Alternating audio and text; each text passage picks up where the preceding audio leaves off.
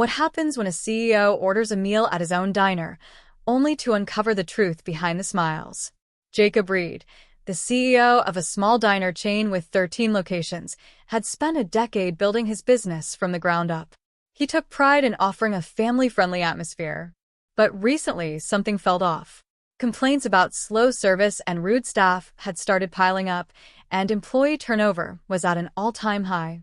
Despite reassurances from his regional managers that everything was fine, the reports didn't match the whispers he had been hearing.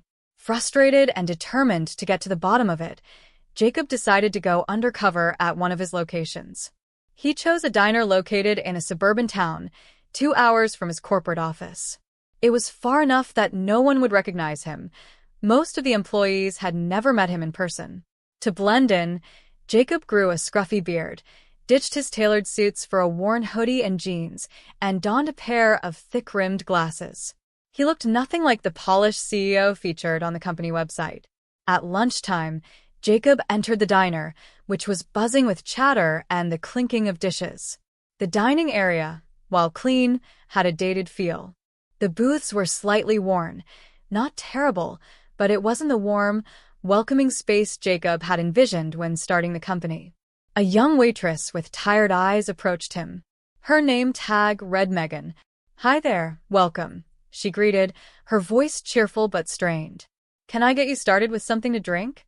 Jacob noticed the faint bags under her eyes and the hesitation in her smile. Something seemed off, but he brushed it aside. "Just coffee, thanks," he said, sliding into a booth by the window. Megan nodded, then hurried off, weaving between tables with practiced efficiency. Jacob watched her juggle multiple orders, refill drinks, and collect plates. She was clearly overworked but never showed her frustration in front of the customers. When Megan returned with his coffee, Jacob ordered a burger and fries. As she scribbled on her notepad, a man's voice boomed from the kitchen. "Megan, what's taking so long? You're falling behind again." The voice belonged to a short, stocky man in his 40s, wearing a stained apron, likely the shift manager. He hadn't introduced himself when Jacob arrived, which he noted. Megan flinched at his tone, but nodded quickly. "Coming right up," she called back, her voice cracking slightly. Jacob frowned. He had built the company on the belief that employees should feel valued, not berated in front of customers. As he waited for his food, he overheard snippets of conversation from other tables. A family behind him complained about waiting too long for their meal, while a pair of teenagers whispered about how rude the manager had been to their waitress earlier. The atmosphere felt tense, far from the friendly diner experience Jacob had envisioned. When Megan brought out his burger, she apologized for the delay. "Sorry about the wait," she said softly, avoiding eye contact. "No worries," Jacob replied, offering a small smile. "You're doing great." Her eyes flicked up, surprised, before she nodded and hurried off again. Jacob barely took a bite when he heard muffled sobbing coming from the kitchen. He froze, fork halfway to his mouth. The sound grew louder, unmistakable now. It was Megan. He set his fork down and strained to listen. "I'm trying my best, okay?" Her voice cracked through the thin walls. "I haven't had a break in 6 hours, and I'm doing everything I can." The manager's voice cut in, dismissive and sharp. "If you can't handle the pressure, maybe you're in the wrong job. We don't have time for excuses." Jacob's stomach turned. He couldn't sit still anymore. He slid out of the booth, leaving his half-eaten burger behind, and walked toward the kitchen door. What he saw made his chest tighten. Megan stood, trembling, wiping her eyes with the back of her sleeve. The manager loomed over her, arms crossed, his face twisted in frustration. Two cooks avoided looking at the scene, clearly uncomfortable but unwilling to step in. Jacob clenched his fists, his heart pounding. This wasn't the company he had built. "Is there a problem here?" Jacob asked, his voice calm but firm. The manager turned, startled. No. "Just a little miscommunication," he said quickly. Megan shook her head, her eyes still pooling with tears. "I'm sorry," she whispered. Jacob looked at her, then back at the manager. "She looks like she needs a break. Why don't you let her sit down for a few minutes?" The manager scoffed. "We're short-staffed." No time for breaks during the rush. Jacob's jaw tightened. There's always time to treat people with respect, he said evenly. The tension in the room was thick as Jacob held the manager's gaze. He knew he couldn't stay silent much longer. The manager's lips pressed into a thin line, but before he could respond, one of the cooks, a wiry young man with nervous energy, spoke up. Megan's been nonstop since she clocked in. She hasn't even had time to grab a drink of water. His voice was hesitant, but there was quiet defiance in his tone. The manager shot him a glare. Stay out of it, Connor. Focus on your station. Jacob's eyes flicked to Connor, then back to the manager. And who's in charge of making sure your team can focus? Because from where I'm standing, it seems like the pressure is coming from how this place is being run. The manager's face flushed, his bravado slipping for a moment. Look, I'm just doing my job. If people can't handle it, that's not on me. Jacob's gaze hardened. We'll see about that. Megan, still wiping her eyes, looked at Jacob with confusion and a hint of gratitude. I'll be fine, she muttered, though her voice wavered. She turned toward the door, but Jacob gently stopped her. Take 5, he said softly. You've earned it. The manager started to protest, but Jacob held up a hand. She's taking a break now.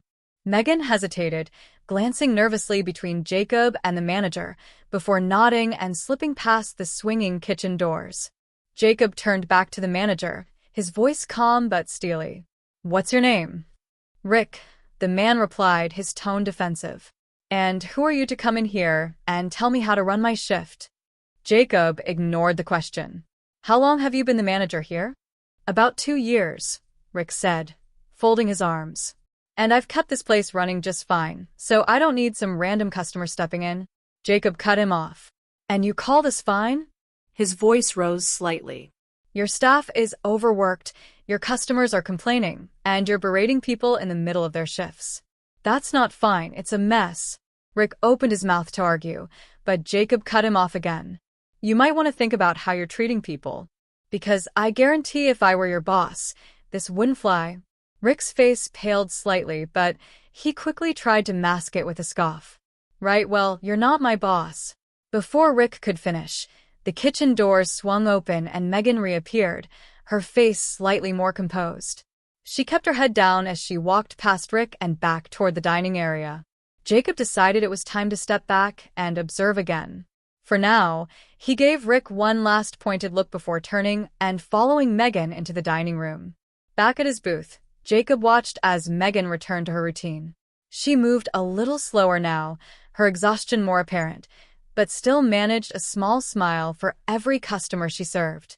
Jacob noticed her taking extra care with a young mother struggling to keep her toddler entertained, offering crayons and a paper menu for the child to color. He also noticed Rick glaring at her from the kitchen window.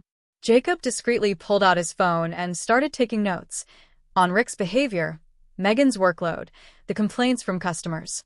He also made a note of Connor's quiet defense of his coworker. After finishing his meal, Jacob flagged Megan down. Can I get the check? He asked, keeping his tone light. She nodded and quickly brought it over with a receipt. Thanks for stopping by. Sorry again about earlier, she said quietly. No need to apologize, Jacob replied, slipping some cash into the billfold. You're doing great. Her cheeks flushed slightly, and she offered a small, genuine smile. Thank you. As she walked away, Jacob made a decision. He wasn't done here, not by a long shot. He stood, grabbed his jacket, and made his way to the door. But before leaving, he paused and glanced back at the dining room. Megan was refilling a customer's coffee, her movements careful but efficient. Rick was barking orders at Connor in the kitchen. Jacob's jaw tightened. He pushed open the door and stepped outside. Pulling out his phone, he dialed Janet. I need you to clear my schedule for tomorrow, he said. And get me everything we have on the staff at the suburban location, employee files, performance reviews, all of it. Got it, Janet replied without hesitation. Anything else? Jacob glanced back at the diner one last time before walking to his car. Yeah, he said. Make sure my regional managers are ready for a meeting. We need to talk. He hung up and slid into the driver's seat, his mind already racing with plans. Tomorrow, Jacob wasn't just going to observe, he was going to take action.